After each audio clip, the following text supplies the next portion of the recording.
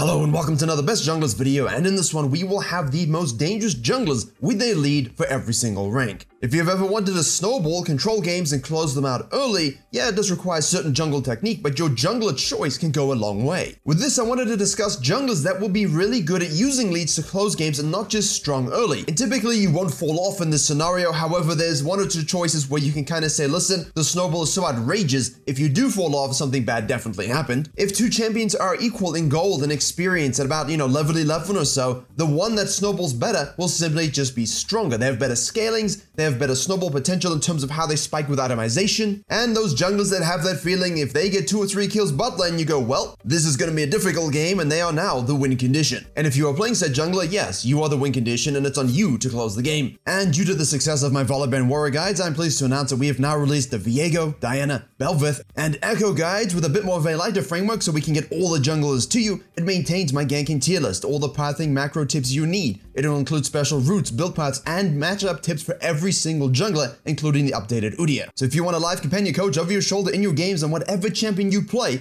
click the links below for those champions I've mentioned, and with a lot more on the way in the next 2 to 4 weeks. And as we jump into the first jungler, please do let me know which ones you feel are the best snowball junglers for your own pool. And of course, please like and subscribe if you enjoy these videos. And yes, it is Bev'beth. She came out, everyone saw, hey, scaling lavender stacks like Devour, we can just kind of scale. No. I made a rank 1 video on the gameplay channel about the Bev'beth. That guy joined my Discord. We've been chatting. He's been educating my Discord on the Bev'beth that is snowballing. The best thing about it was I noticed all of his matches when I was scouting him, 20, 22, 25 minutes, quick games. So I have a look, Futures Market, something I love to run myself also on Kai'Sa Jungle, but he was using it to get an early Noon Quiver, an early Kraken Slayer, and getting those itemization spikes on a hyper carry champion allowed her to 1v1 on equal footing almost anyone, and then of course you translate that to dragons, to winning teamfights. And now once you've done that, don't keep farming your lavender stacks. Yeah, you're getting a lot, but you're getting a lot from their jungle. Because of the nature of her resets, healing and doing true damage, as well as her Q allowing her to dodge, predict, and adapt to any sort of teamfight and team composition, as well as having a huge amount of damage reduction on her E that Sucky Sucks and lifesteals, basically the champion is fully equipped to play by herself.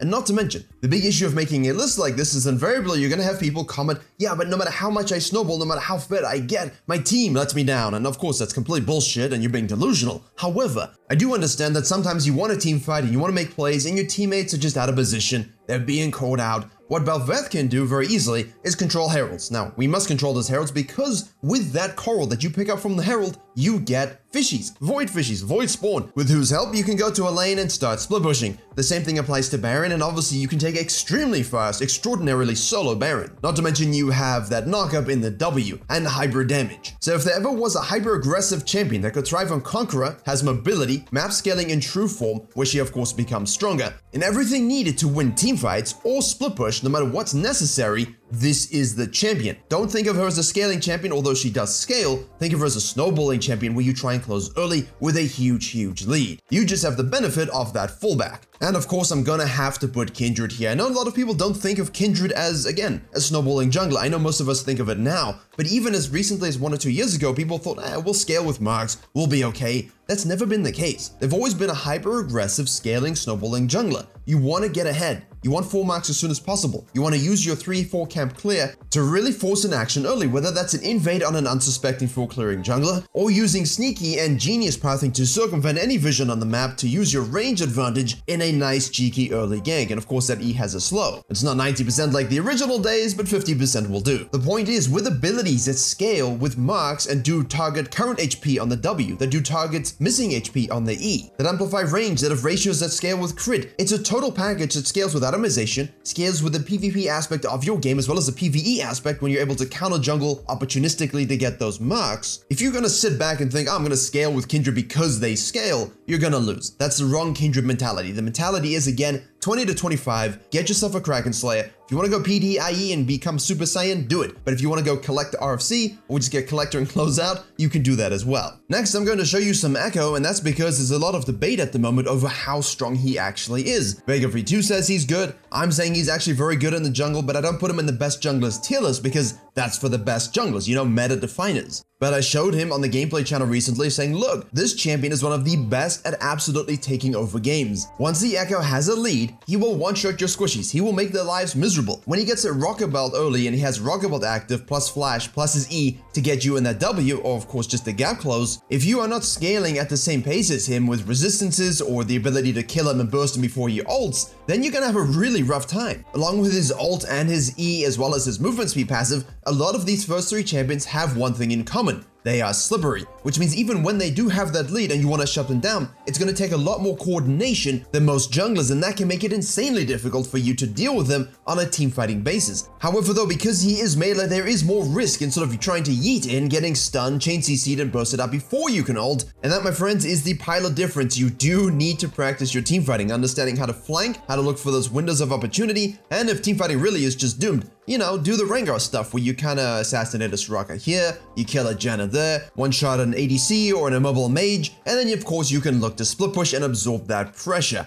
The point though, you have everything in your kit to not die, to be safe, to CC, and to play the map or the teamfights however you want. He is definitely one of the most dangerous junglers with a lead. Following Ekko, we have Viego, because we have to have Viego. Now everyone goes, Viego's weak, buff Viego, and I'm saying no, don't do that. The champion's fine. You can blind pick him, you can adapt your build and your playstyle to whatever you want to do. The biggest issue with Viego is people building the wrong items into the wrong comms and then teamfighting inappropriately for the itemization that they chose. Dangerous junglers with a lead typically have a failsafe, a backup plan to scale or, you know, just to let them back into the game because of how they work with golden experience. But at the same time, the idea for Viego isn't to get to that teamfight in the mid game while being behind. The goal, my friends, is 3 or 5 camp action. Get going, get yourself some kills, get yourself that Kraken Slayer early, get yourself that Divine Sundra early. Hey, Trinity Force, we can still do that, get it early. What you want is to begin the process of having objective ping pong from your, dragons to your heralds, back to your dragons, and then a herald again. But every time that fight crops up, around 10 minutes, 12 minutes, 15 minutes, you want resets. You want a double kill. You want a triple kill. You need to refine your early game so that when those moments arrive, you are primed for those resets. Passive Viegos are not going to accomplish anything, but when you do have that lead, yes, it is much, much easier to deal with him this season than last season because of the shifting in his healing and the scalings, but you can still take over fights very, very easily. And if you're building that Kraken Slayer with crit, you're gonna have a lot more healing and sustain than you might otherwise think. Now, the first 4 junglers here really do have a backup plan. If things don't go well with this dangerous jungler with elite snowballing stuff, you can always scale, and eventually, as long as you get your itemization and you get a few lavender stacks, you get a few kindred marks, and you just get 1 reset in a teamfight, you can then take that lead that you now have and end the game. Rek'Sai, on the other hand, does not have that luxury. You are on a clock and you need to end the game. However, a skillful and masterful Rek'Sai will have no issue playing later game teamfights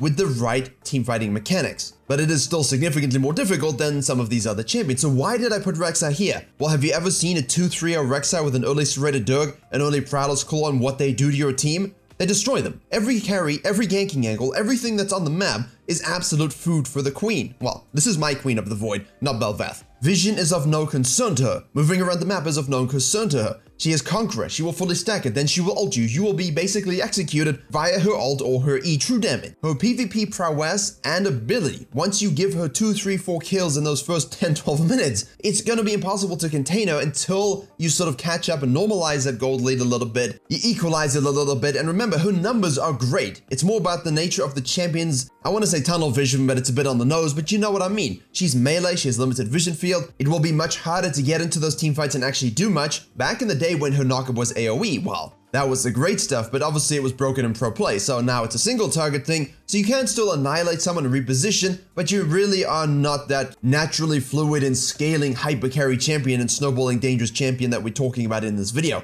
However, Rek'Sai with the lead is nigh unmatched for map power, but it is on the pilot to understand that and to use that. Don't worry, Rengar fans, here he is, he's in this video. I just released one on the gameplay channel as well. There is nothing worse for an enemy jungler than seeing a Rengar with 2 or 3 early bone tooth stacks from something frivolous. There's also nothing worse than a Rengar invading you because you cleared lazily and then getting your bone tooth stack on him and then using that on lanes. See, Kindred has marks, which of course help. Bev'beth has lavender stacks, which of course help. Viego has resets, which of course help. But Rengar, he has bonus AD on a bone tooth stack, up to 25% on 5 stacks, and of course ahead of Kha'Zix giving 36%. So any Rengar that's able to get an early trinity of your Duskblade and your Essence Reaver and your Lord Dominic's and has 5 stacks, how exactly are you to deal with it? It is the most obnoxiously dangerous champion to have a lead for any squishy teams or any teams who don't have a deathball comp teamfight. I say that from their perspective. Me, I love it. I love watching it and it's fun to play. Yeah, they've changed it around so you can full clear significantly better than back in the day, which means you do have a little bit of a fallback in terms of the PvE sense, but the goal is still, my friends, ganking, getting the bone tooth stacked, getting it stacked by everyone as soon as possible, and making sure the enemy jungler is beneath you at all times. And as soon as you have that lead, you are living in his brushes. You are living in the laner's side bushes. You are lane ganking mid lane just because you can. It is an all-out assault on the map. There is no more snowballing dangerous jungler with a lead in the history of League of Legends that makes ADCs literally wet their pants, I think. Because, you know, they complain about it so much all the time, even when he isn't strong, because there's just nothing they can do about it. And hey, team fights, more bruisery, more tanky, more tanker. You can do all of these things. If you can adapt to the game with your bonus AD stacks on the bone tooth and build whatever the hell atomization you need in order to sustain, thrive, and survive, then it's great. You don't even have to be a full lethality assassin. And that's why Kha'Zix isn't on this list. Rengar is because we have the empowered W, and we can still kind of build Bruiser if we really wanted to. Korea loves it, for example. For years, Faker would play Rengar in the jungle when he was in the jungle and build it as such. If you are Rengar and you have a lead and you are one trick and you really are truly good at the champion, it is on you alone with how you use that lead. With great power comes great responsibility, and those who do not recognize this are the Rengars that get stuck, because otherwise, there's almost no other jungler that scales harder than this. And I do have to mention Kayn, because once Kayn gets form, an early orb transformation, a 2 or 3 level lead on everybody else, same kind of thing as Rengar with the Blue Assassin Kayn, except this time it's more just the raw damage ratios on that champion are absolutely obscene. And of course you have the vision, you have the E-mobility, you have the mobility on your Q as well to go over walls. The champion is slippery, joining the thematic of a lot of these champions, which means he's difficult to kill, so he can kill you, you can't really kill him, and off he goes. On the other hand, you might think, hey, well now I'm Rast, do I snowball and am I dangerous with the lead as Rast? Yeah, if you pick the right form for the right team comp, 100%. The disruption and ability for you to sustain and heal into fights when the enemy team isn't even remotely close to you in terms of gold and experience, it's just unfair, because even if everyone was equal, 100,000 gold each, 85-minute game, Rast will be better than you, just because he's a better champion, because he's basically 2 champions. If you can get that form rolling early, if you can get your sequencing and experience up to that 7 to 8 CS a minute at minimum, you will be thriving as Kayn, and every time you have a lead and get form early, it is on you to force the issue. And that's the thing with every jungler in this video, you have to force the issue. You cannot just go farming and think, haha, I have a lead, I win. And that's why Graves is on the list, because everyone thinks Graves is not so good. Graves is really insanely good in the right hands. His data doesn't quite make him one of the best junglers, but if you choose lethality correctly, if you choose Fleet Footwork and the Gore Drinker build correctly into those right team comps, obviously don't pick Gore Drinker Fleet into a hyper range damagey comp, you're never going to be able to activate it or stick to them. But you could go Stridebreaker. He is the absolute master of stitching together every jungle theory and pathing trick you know to create jungle flow all over the place. And essentially, we all know when a Fed Graves walks into your jungle and he is ahead of you, he's going to push you out. He will slide through every wall, every crack and crevice on the map, and ensure that you are counter-ganked, ensure that he elevates the game state when you're not there. And of course, those objectives, I can guarantee you, he will 100% enjoy them. And there's very little you can do unless you're a champion that specifically matches up well against him. Now, Graves is at the end of this video. The video doesn't really have a particular list. He's at the end of the video because I do 100% think it's much more easy to deal with a Graves than it is any other champion that I've said before this when they have a huge lead. But that's relative. It's still better than any other champion that's currently played in the jungle. And if you watch the Zip video, I'll link it below. The 1400 OP 66% win rate challenger who destroyed EU West used a hell of a lot of Graves with great aggressive strategies for these snowball components to get a lead and to make it impossible for anyone to outdamage him, out-sustain him, and out-teamfight him. And finally, we will have a quick honorable section for specifically Low Elo and specifically High Elo. First off, Master for Low Elo. I know people think, okay, look, he's unstoppable, he's unkillable, and you know what? The buffs they did to him, outrageous. The champion, I agree with you, disgusting. I don't care if we can deal with him in High Elo or you can deal with him in Flex. I absolutely detest seeing this champion do nothing, get a couple of kills, get his atomization, and his new alpha changes and ridiculous drain W damage reduction. All of it is ridiculous. There are very few champions as frustrating to deal with in the low elo sense than Master Yi. However, I do think there are ways to play around it. There are ways to defeat him early. He's not as strong as the other junglers on this list in terms of having that early power. You think of a Bev'beth, a Kindred, a Rengar, a Rek'Sai. They can all be menaces early. Really strong for those ganks and invades and pressures. Master Yi doesn't have that, and that's his huge downside, so you do have to abuse it. Nidalee, on the other hand, doesn't have such downsides, and for the high elo queens amongst us, Master Plus only plays, this champion requires the most advanced of hands, the best jungle knowledge, and no hesitation in anything you do. And remember, you're ranged when you're in human form, so you can auto-attack, so keep auto-attacking using that red buff slow. I have so much PTSD from Season 10 playing Volibear when we had the 2-minute spawn timers and a fully, infused experienced crab. I'd sequence, Nidalee would sequence even faster than me, she'd just be on the same side, she'd push me off with that crab, now she can cut across mid lane, take the other crab, and then invade your tier 2 grub because it was only a 2-minute spawn timer. And as a melee jungler with a Nidalee with lane prior, you could almost do nothing about it back then. The meta has shifted, it's different times at the moment, but the champion, while not as strong as she used to be back in her heyday, is still insanely powerful in the right hands. You can still do 3 camp into action, but teamfight, she does not, which means it's a very high elo speciality pick in terms of if you know how to exert pressure and get to 15-20 with a lead, you can usually amp up a win condition along with yourself and use those long-range spears and executes to ensure that they never have a numbers advantage enough to teamfight in the first place. Well, there you have it, the most dangerous junglers with a lead for Season 12 and the rest of the season. A lot of similar picks as you're going to see every season, but definitely a lot of new picks as well. It's always interesting to see how these kind of tier lists change season over season. Some stay, some leave, and it's all because of the nature of the jungle. And if you want to understand more about the nature of the jungle, click the videos in the box on the top right. And if you want to understand why we jungle, click the video in the box on the bottom left.